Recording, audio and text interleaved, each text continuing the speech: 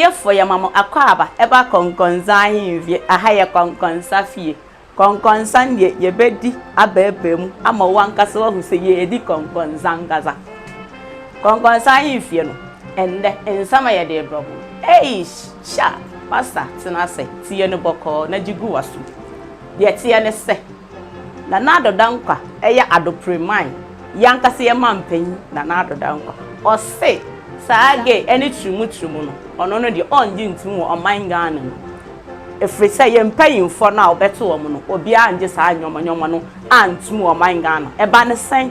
ye beko nsam fufuro mu a ende yankase ye Kumawood actor a ye friend Big Akwess me boni di adama sere because be ma ho fetin gram a oba bi atena koma Ghana ma so de ende ye hye ho sa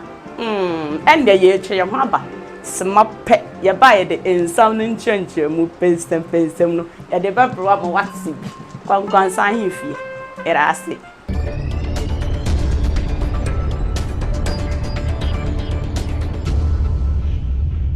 etie for ya mama akwabo eba Konkonsa Ahenfie aha de Konkonsa no ye de bema me mosomfo adoma sikapa me na me de Konkonsa no ebrem na Konkonsa no ne pensem mu metira ne nchirechire mu enu nini na ADDO dankwa AKUFO ADDO aye poni di an na ya sorry o se ono no de lesbian chumu gay no ono no onji ntum o man Ghana okoka nsem we ewo baby na yenko tie video no anase yenko hye na wankasa so fo wani shebi said ye okaya no ono ose ono no de na ban mu de anasa ne penso de onje sa nyoma no ntu na emom so obi foforo no beba no abaji atum de a ene onimo enti ye nkosha video no embro. I've said this before, and let me in conclusion stress again that it will not be under the presidency of Nana Addo Dankwa AKUFO ADDO that same-sex marriage will be legal. That same-sex marriage will be legalized in Ghana. It will never happen in my time as president.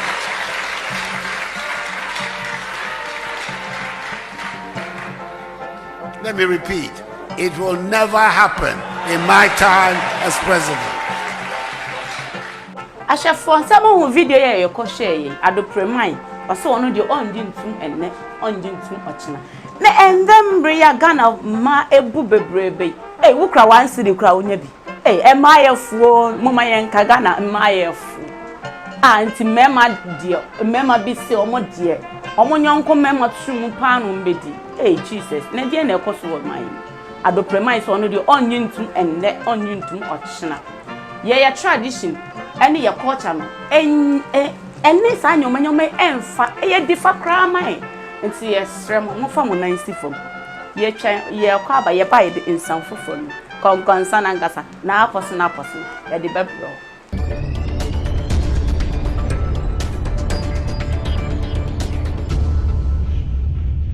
Ghana for ya mama akwaba eba Konkonsa Ahenfie aha de na aposo ye de bebro da Konkonsa no die dru say die emo di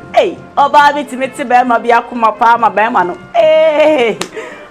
ma be na me kan ho asami eye yankasa ye Kumawood actor aye friend say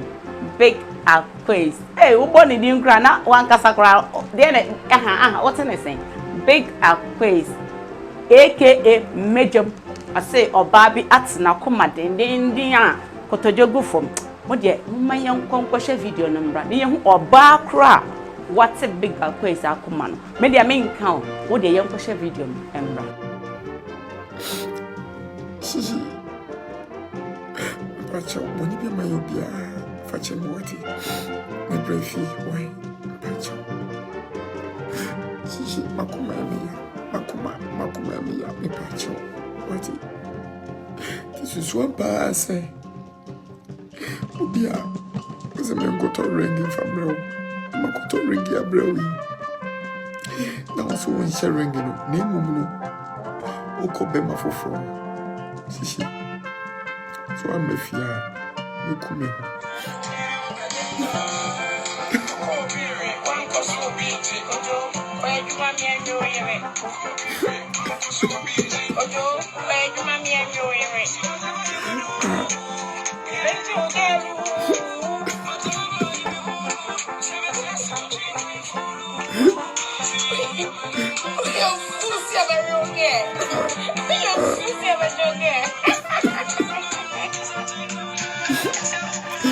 This one,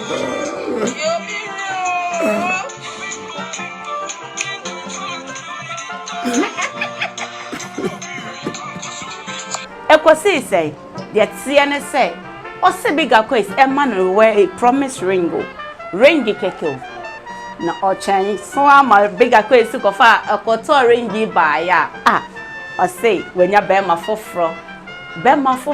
just say gum genuine into on big Akwess game. It's big Akwess is sim kotojogu foam or sremo, Ghana for some modern dear. And your mumpa abaye each mano. Na abaye ensambra ba Kenya sadia Ghana yenten sam papa emfa big Akwess ti yesrem aha eno Konkonsa no yeri besi mera say